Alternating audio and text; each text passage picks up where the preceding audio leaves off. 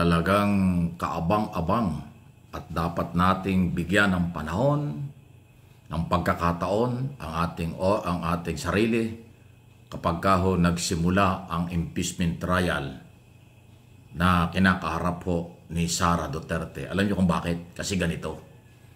Lalo pong na-challenge ang mga prosecutor, yung 11 mga congressman na abogado, para patunayan ang kanilang article of impeachment sa graft and corruption at iba pa laban kay Sara Duterte.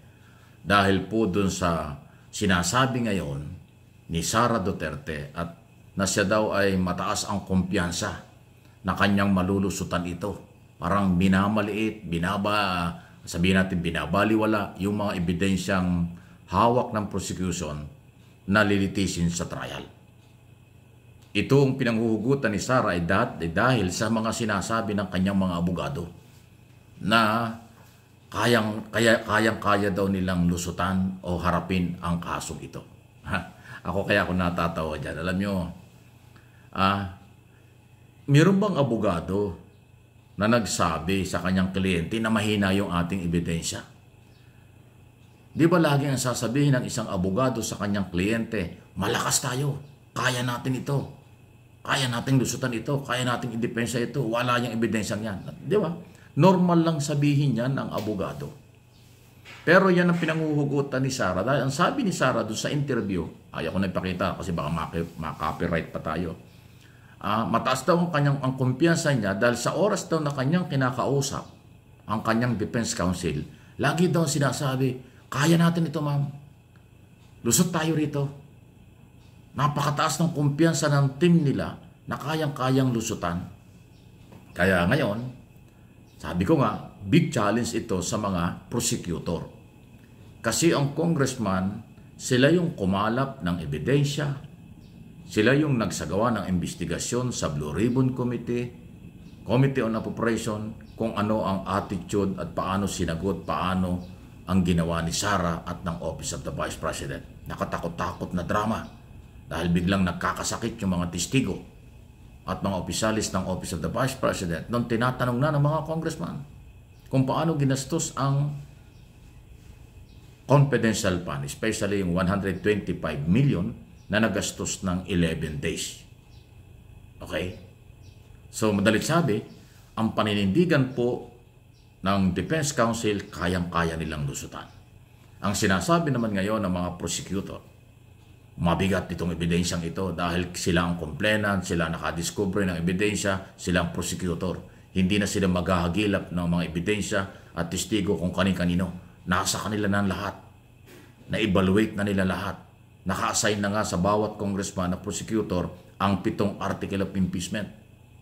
Mayroong naka-assign tungkol dun sa confidential fund, may naka-assign dun sa graft and corruption, may naka-assign dun sa di umano'y billion-bilyong bank deposit na sinasabi ni Trillanes bilang testigo, at yun naman pong tungkol dun sa issue ng pagmumura at pagbabanta, nag-utos na kunin ang buhay ng Pangulo, First Lady at Speaker of the House.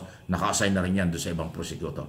In other words, habang tumatagal, bago umpisahan ang trial, lalong napaghandaan ng mga prosecutor ang ebidensya. Kaya nagtatawa na lang sila, napapatawa na lang sa hugot ni Sara Duterte na kumpiyansa silang kayang-kaya nilang lusutan. Kung minamaliit ng kampo ni Duterte ang ebidensya, sobra namang pinagmamalaki at sinasabi ng prosecutor na matindi ang ebidensya. Kaya kaabang-abang ito. Yan ang dahilan kung bakit sinasabi ko, bigyan natin ng panahon, bigyan natin ng pagkakataon ng ating sarili kahit kayo nasa abroad. Dahil lalay po yan sa traditional media. Ilalabas din ito sa social media, ang lahat ng anggulo. Ating aabangan ang 24 senador. Yung ihahalal natin ang mga bagong senador na 12 at yung 12 nandyan mga senador na magiging senador judge. Saan ba sila titingin? Dapat tumingin sila sa testigo, sa ebidensya, sa pagpapatunay, sa betrayal of public trust. Okay? Corruption at yung kawalan ng tiwala. Bakit wala ng tiwala ang mga congressman kay Sara Duterte? Kaya inimpeach siya. Bakit wala ng tiwala ang mga congressman? Dahil kita nila ang ebidensya. Kaya nga, may trial of public trust. Ang mga congressman ay kinatawan ng mamamayan na bawat distrito sa buong bansa at kinatawan sila ng marginalized sector sa ilalim ng party list law. Ayan po yan. So talagang, nabitin tayo rito dahil ayaw ng Senado magtrabaho ngayon dahil naka-recess. So definitely, dahil naghanda na po ang Senado at Kongreso para doon sa kanilang mga opisina temporary sa Senate building, sa GSIS building, kung saan nandiyan ang Senado. At yan nga po ay by June 2, magre-resume sila. Para ho dyan na ho magsimula ang proseso ng mga dokumento, alaming mabuti yun ng mga senador judge, yung dokumento, article of impeachment na sinumite ng Kongreso. Bibigyan naman ng kopya ang Defense Council para aralin ito. At magkukonbine na nga po ang Senado para sa impeachment trial. Ihahanda ang mga secretariat, mga staff, ang session hall, at lahat-lahat. At ang official na pagsisimula nito ay sa next Congress na. Yan ang plano ng Senate President. Hindi pwedeng simulan ng actual na trial itong natitirang parang 2-3 linggo na lang. Kasi magre-resume ng June 2, mayroon 10 days pa ang magkabilang panig. So ubos na hanggang June 30. So sa July, after ng State of the Nation Address, sora ng ating Pangulo, doon na magre-resume ang 12th Congress, bagong komposisyon ng Senado at maaaring bago rin ng mga mambabatas. Tingnan natin kung yung lahat ng 11 prosecutor ay mananalo bilang congressman re-electionist para sila maging prosecutor. Kung meron man sa kanilang hindi manalo ngayong re-election, papalitan niya ng speaker ng Kongreso ng mga bagong abogado na bagong elected congressman or mga veteranong congressman na lawyer, ipapalit dun sa mga maaaring hindi mananalong prosecutor sa re-election na ito. Yan po yun.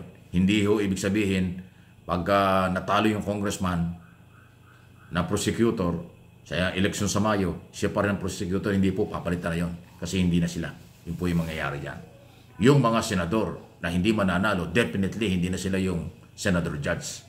Papalitan sila ng mga bagong mga senador. Kaya maglagay tayo ng mga senador na abogado, may kakayanan, may prinsipyo, titingin sa dokumento, sa testigo, hindi ho sa utang na loob at kaibigan or kung anumang mga dahilan para maging bulag at bingi sa mga ebidensya. Talagang kaabang-abang talaga, no ha? Aabangan talaga natin. Bigyan sana tayo ng Panginoon ng kaligtasan, kalusugan, katalinuhan lahat para atin ding masuri. Hindi lang ang Senator Judge ang susuri ng mga ebidensya. Tayong mga Pilipino, kayo na aking mga followers, subscribers sa buong mundo, may karapatan din kayong sumuri at sumubaybay sa mga ebidensyang pag-uusapan. Kung malakas ba o hindi at kung papaano dapat desisyonan ng mga senador. Diba? Please like and share, subscribe kung hindi pa.